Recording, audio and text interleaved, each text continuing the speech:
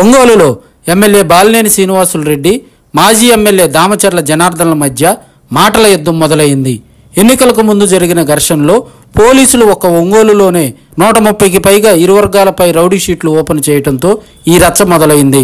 TDP కార్యకర్తలను కొట్టిన వారిని వదిలేసి తమపైనే రౌడీ షీట్లు తెరవటం అన్యాయమని, ఈ ఘర్షణలో ఎమ్మెల్యే బాలినేనితో పాటు ఆయన కోడలు కావ్యపై కూడా రౌడీ షీట్లు తెరవాలని టీడీపీ మాజీ ఎమ్మెల్యే దామచర్ల జనార్దన్ డిమాండ్ చేశారు. ఇప్పటికే పలుమార్లు ఎస్పీని కలిసి తగిన ఆధారాలు ఇచ్చినా వైసీపీ నేతలపై పోలీసులు చర్యలు తీసుకోకుండా ఉదాసీనంగా వ్యవహరించారని ఆరోపించారు. బాధితులపైనే రౌడీ షీట్లు ఓపెన్ చేయడాన్ని సవాల్ చేస్తూ న్యాయస్థానంలో ప్రైవేటు కేసులు దాఖలు చేస్తామని పోలీసులను హెచ్చరించారు. మరోవైపు తనపై తన కోడలపై రౌడీ షీట్లు ఓపెన్ చేయాలని టీడీపీ మాజీ ఎమ్మెల్యే దామచర్ల జనార్దన్ కోరడాన్ని ఎమ్మెల్యే బాలినేని శ్రీనివాసరెడ్డి తీవ్రంగా ఖండించారు. ఆడవాళ్లపై రౌడీ షీట్లు ఓపెన్ చేయమని డిమాండ్ చేయడానికి సిగ్గుండాలని దామచర్లపై మండిపడ్డారు. గొడవ జరుగుతుంటే అడ్డుకున్న తన కోడలపై రౌడీ షీట్ పెట్టమని ఎలా కోరతారని ఆగ్రహం వ్యక్తం చేశారు. ఓడిపోతున్నందునే ప్రెస్ స్టేషన్లో ఏం మాట్లాడుతున్నారో దామచర్లకు అర్థం కావటం లేదని విమర్శించారు. దామచర్లకు ఊరంతా అప్పులు చేసి చాలా మందిని మోసం చేశారని, వీరిలో కొందరు ఆత్మహత్యలు చేసుకునే అవకాశం ఉందని, ముందు ఆ సంగతి చూసుకోమంటూ బాలినేని హితవు పలికారు. రౌడీ షీటర్లు ఓపెన్ చేస్తే మునిగిపోతారు, భయపడతారని చెప్పేసి ఉద్దేశంతో ఈరోజు మీ ఇష్టారాజ్యంగా ఎవరు పడితే వాళ్ళ పేర్ల మీద, అక్కడ ఉన్నవాళ్ళు లేని వాళ్ళ పేర్ల మీద కూడా రౌడీ షీటర్లు ఓపెన్ చేస్తారని చెప్పి అడుగుతున్నా. ఇక్కడ చూడండి, అతను ఒక ఎమ్మెల్యేగా వచ్చాడా, ఒక గుండాగా వచ్చాడా అని చూడండి. అతని మీద రౌడీ షీట్ ఓపెన్ చేయాలి.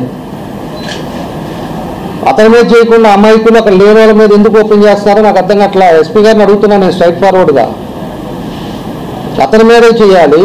వాళ్ళ కోడలు చెప్పు తీసుకొని కొట్టి అది కూడా క్లిప్పింగ్స్ ఇచ్చాము.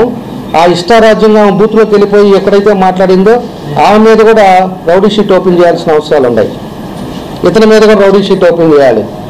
ఆయన సొంత ఇది ఏమన్నా, ఇది గవర్నమెంట్ హాస్పిటల్, ఇది ఆయన వాళ్ళ ఇంటికాడ సొంతలా వెళ్ళడానికి నీ ఇష్టం వచ్చినట్టు బిల్డింగుల్లోకి వెళ్ళడానికి, జనాలను వేసుకొని వెళ్ళడానికి అదేమన్నా ఆయన ఆస్తా లేకపోతే అతను ప్లేసా?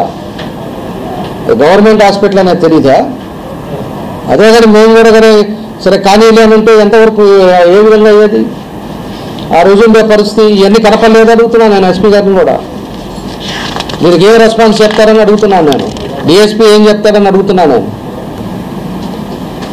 ఖచ్చితంగా మేము ఊరికే వదిలిపెట్టేది కాదు, ఇది ప్రైవేట్ కేసు తీసుకుంటామని చెప్పి కూడా మేము మరోసారి దీని సంగతి రిమ్స్లో జరిగిన ఇష్యూ మీద కూడా మేము తీసుకెళ్తున్నాం. ఇప్పుడు ఏం మాట్లాడాలి, ఇప్పుడు ఏదో మాట్లాడుతూ ఉన్నాడు ఆయన. నోరు అదుపులో పెట్టుకో. రౌడీ షీట్ నా మీద ఓపెన్ చేయాలనా, మా కోడల మీద ఓపెన్ చేయాలనా? నువ్వు సంస్కారం ఉందా? ఆడవాళ్ళ మీద సరే నన్ను అంటే అన్నావు, ఆడవాళ్ళని కూడా మాట్లాడతావు. అవి చెప్తే కొట్టిందా? చూసావా నువ్వు?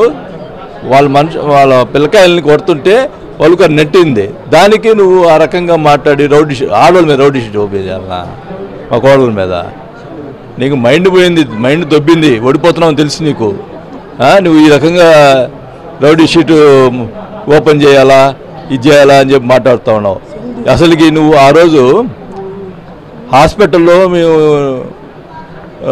పోయి నీ మనిషిని కుట్లు ఇచ్చుకోకుండా మా వాళ్ళని పోయి దెబ్బతిని వాళ్ళని పోయి బెదిరించింది నువ్వు కాదా?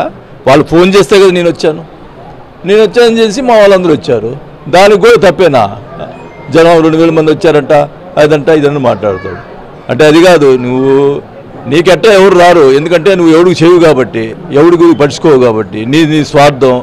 నువ్వు ముందులా నువ్వు చేసినటువంటి అప్పులు తీర్చు. వాళ్ళందరూ అల్లాడుతున్నారు, ఎవరైనా సూసైడ్ చేసుకుంటారో అది చూసుకో. నీ మీద క్రిమినల్ కేసు పెట్టాల్సి వస్తుంది. 307 కాదు, 302 పెట్టాల్సి వస్తుంది. మర్డర్ నీ మీద ఆత్మహత్య చేసుకొని చచ్చిపోయేటట్టున్నారు జనం. ఒకవేళ నువ్వు ఎట్ట ఓడిపోతావు, ఆ ఓడిపోయిన తర్వాత నీ పరిస్థితి అది గుర్తుపెట్టుకో. ఇష్టం వచ్చినట్టు మాట్లాడవాక. మా కోడల మీద రౌడీ షీట్ ఓపెన్ చేసింది. ఏం మాట్లాడతావు? సిగ్గుని మాట్లాడతావు? ఒక క్యారెక్టర్ ఉందా నీకు? ఒక సంస్కారం ఉందా? మీ ఫ్యామిలీ గురించి నేను మాట్లాడుతున్నావా? మీ ఫ్యామిలీ కూడా తిరిగారుగా, వాళ్ళ గురించి ఏమైనా ఒక మాట మాట్లాడామా? ఏం సంస్కారం అనేది? సంస్కారం